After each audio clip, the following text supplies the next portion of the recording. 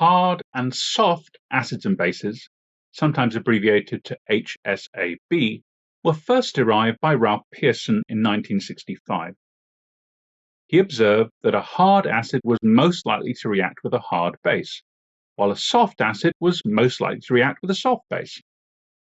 He looked at two bases competing against each other to react with a proton. The proton was abstractly described as being hard, and so the base that mainly reacted with the proton was the harder of the two bases. Using this method, he studied a series of bases and described them as being hard, borderline, or soft. Now, by looking at two acids competing for one base, this idea was extended into a series of acids that were also described as being hard, borderline, or soft. In 1983, we went from this qualitative approach to a quantitative approach that looked at the polarizability of an atom or ion. The less polarizable atom or ion was hard, whilst the more polarizable atom or ion was soft. What do we mean by polarizability? Well, it's the capacity to concentrate the electron density in one region of the orbitals. A related idea involves the highest occupied molecular orbital, or HOMO, and the lowest unoccupied molecular orbital, or LUMO. It's important that we look at the energy difference between these two orbitals. If this difference is large, we have a hard acid or base. If this difference is small, we have a soft acid or base. We expect hard and soft acids and bases to have certain characteristics. In any specific case, they might not all be true, but we would expect most to be true, and so they act as a great guideline.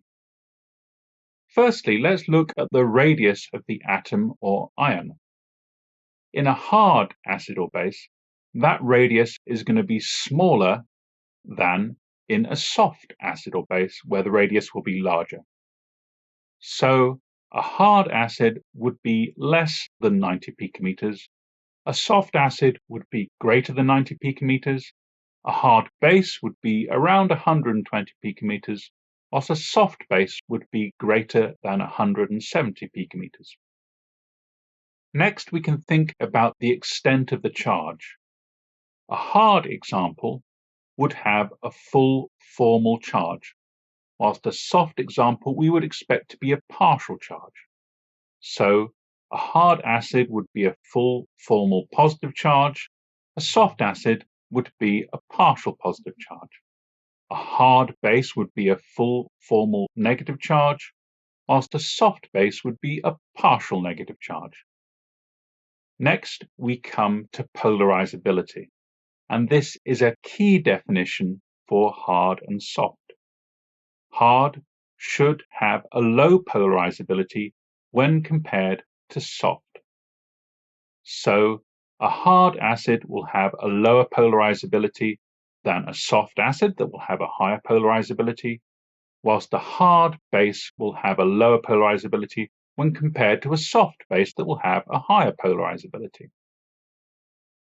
That brings us on to electronegativity.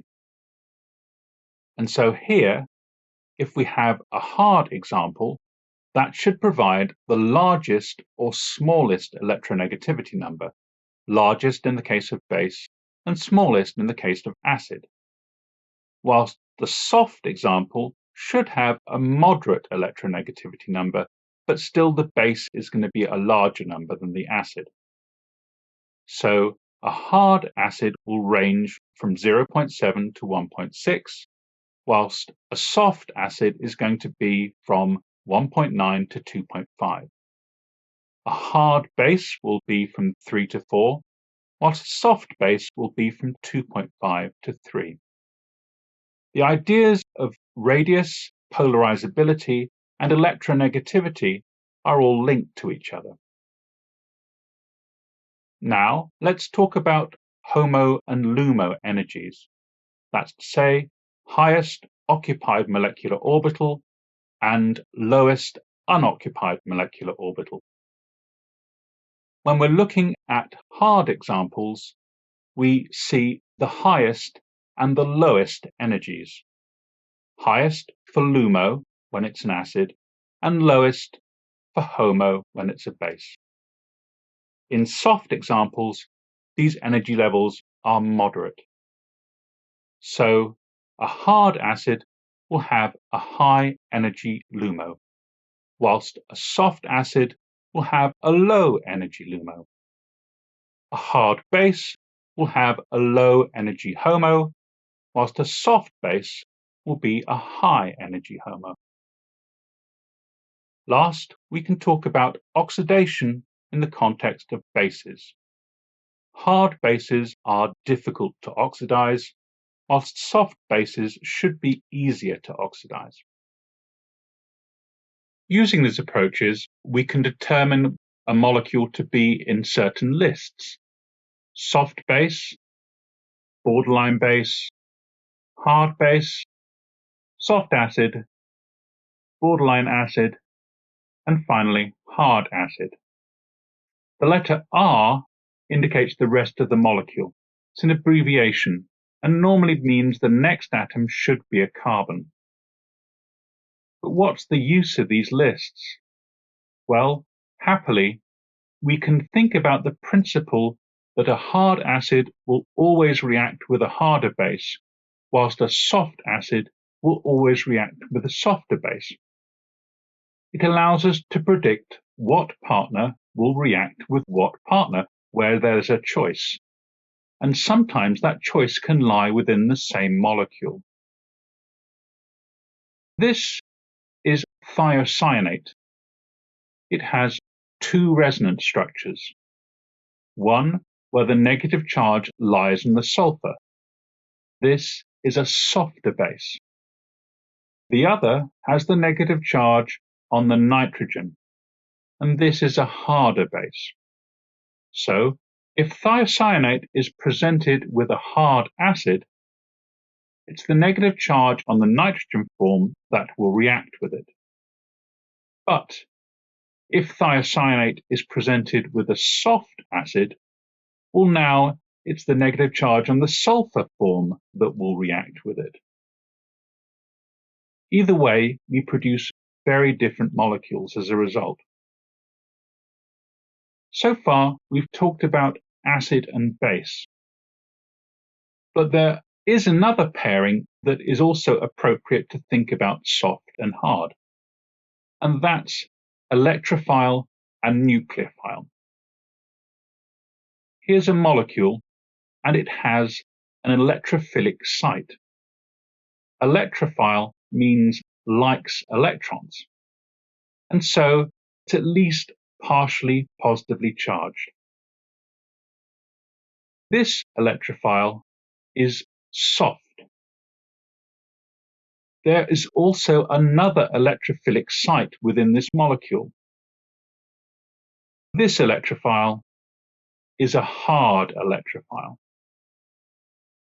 Now, if we consider a molecule like, say, a thiol, which is soft, and it's also a nucleophile. Nucleophile means likes nucleus, and nuclei are normally positive. So if you're going to like something positive, you're probably at least partially negative. So here we have our thiol, that's a nucleophile, and importantly, it's a soft nucleophile. So we can predict that the thiol will react with the soft electrophilic site on the molecule. Now, let's think about another nucleophile. Here we have a fluoride. Now, a fluoride is a harder nucleophile.